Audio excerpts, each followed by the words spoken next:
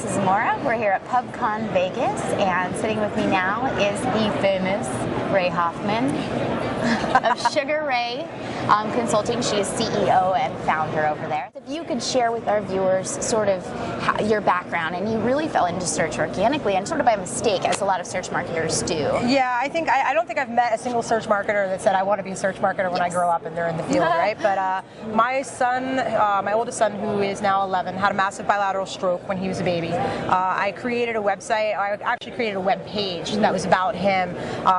Long story short, I ended up founding the first international support group for parents and families of pediatric stroke survivors to ever register with the American Heart Association.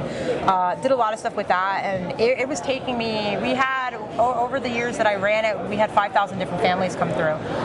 So it was a matter of, it was taking a lot of my time, and I thought, well, there's got to be a way I can try and monetize this.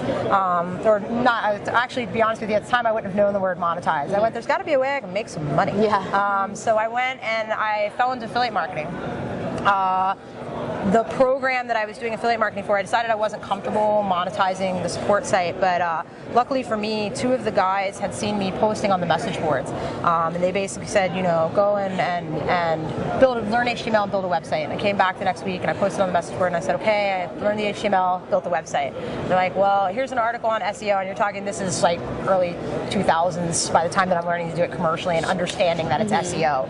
And they're like, read it, you know, SEO your site, which at the time was title tags, meta tags, so like, and come back. I'm like, okay, so I did that like the next week, and I was talking, and I'm like, I did all the keyword density and the keyword weight, and luckily for me, one of the guys in the forum sent me a message, and he goes, did you really learn all that in the last few weeks? And I'm like, yeah. And so he goes, well, I think that you might have a good shot at making money at this thing called, you know, at affiliate marketing, doing other things besides just this one program that I fell into. How have you seen, obviously, you're a pro that you started in sort of the beginning, how have you seen that sort of change over the years? Well, I think it's definitely changed. I think there was, you know, when we first started, it was a matter of build a website around an affiliate program. So you wouldn't necessarily have a website about a topic and then decide, oh, I'm going to put affiliate programs on there. Some people did that, but they were basically using affiliate marketing to monetize a website. People who were core affiliate marketers would pick a topic, so they pick an affiliate program and then build a website around that affiliate program and get it to rank. So let's just say that you decided you were going to be an affiliate for Dish Network. Then you would go out and you would actually build a website to sell satellite systems. And originally, you know, all you had to do was have a little bit of unique content, and you were golden, right? And I think over time it's morphed into, I have a post on my blog called The Affiliate Evolution. And basically, my personal opinion is that if affiliate marketers who currently are making money don't start to change their business model in the next few years, that they're going to have a really hard time making money online after 2010. It's not a process of find an affiliate program, build a site. You can still do that. It still works, don't get me wrong. But there's no longevity in it. So at this point, I've kind of changed my view on affiliate marketing, where I still pick out an affiliate program and build a website around the topic, but when I build a website around the topic, I build the website with a point of difference, and I build the website in all honesty to be like the best website possible for the topic. So I tend to treat it, I think, a little differently. Unfortunately, a lot of the people who are putting out information in affiliate marketing tend to put out the, you know, build 15 microsites with SiteSell and you'll be making $50 a day in no time, and it's a lot more work than that. So I think the biggest thing that's changed in the last 7-8 years that I've been doing affiliate is just that it's gotten a lot more sophisticated, and slowly people who aren't able to move up to that next level are dropping off on it. Yeah, so MFE was, Sugarrae, like I said, has a bunch of affiliate sites. We do consulting there, a little bit of consulting, not much. But I had actually had an idea for a website that at the time, this was several years ago, at the time I didn't have the capabilities myself to be able to build it. I didn't have the staff to be able to build it. So I went to somebody who was a very close friend of mine, and I said, you know, I have this idea for a website. I said, and I laid it all out for him. I said, you know, how much do you think it would cost me to get it developed? Because this guy knew programming and I trusted him him to give me like a right amount so I wasn't being taken for a ride by anybody.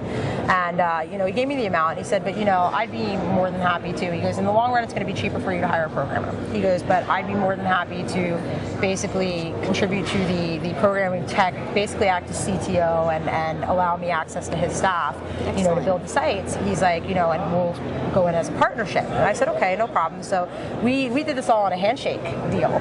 I technically owned the sites, and we did it. It worked. It worked very, very well. And we decided to build a few more sites. That started to work well. So we said, well, we're actually going to incorporate this now and make it official. So we have, MFE is based in Guelph, Canada.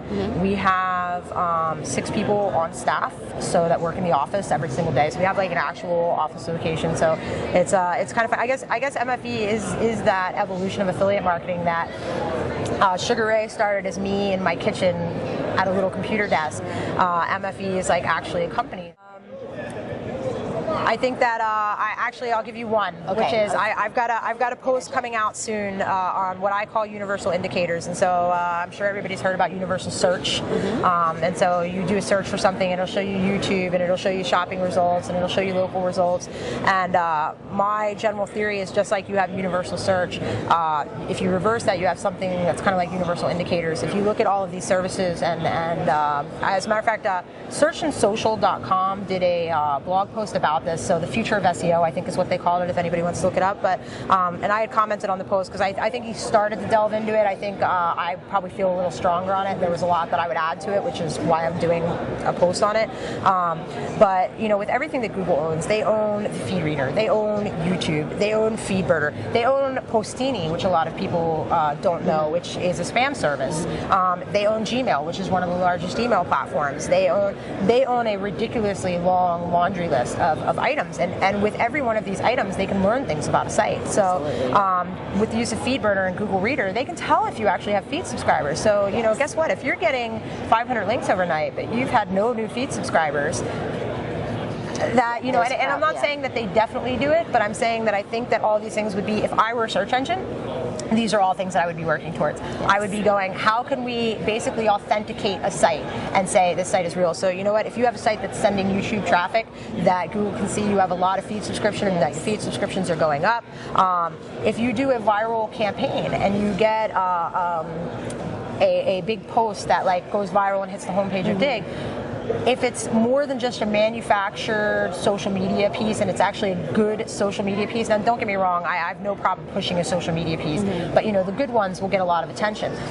You know, Google owns Gmail. You're going to tell me they can see what URLs are going through. So I mean, there's a lot of stuff that I feel like they can probably get data from anything that they can include in universal search at this point. So whether or not you send traffic to YouTube, or whether or not people go to your site after visiting YouTube, plus they have the toolbar.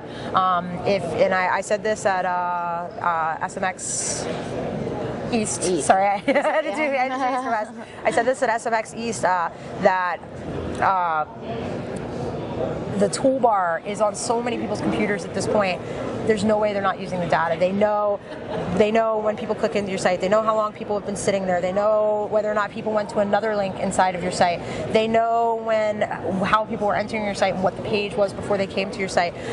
If you're going to tell me that they have access to the surfing habits of a quarter of the people who use their search engine, and they're not accessing it to decide whether or not your site's a decent site, It's sort of behind the black curtain there. Yeah. Well, and you know, it's not a definite thing, but I think that so I guess the biggest piece of advice I could offer is to look towards the future. Don't look at what's working now. Try and put yourself in the position of the search engines and say, what if I were a search engine, what would I do to improve this algorithm to make sure that I'm ranking sites better that deserve to be ranked, and kind of have some foresight and look into it and do that in the future. That's an excellent way to look at it, absolutely.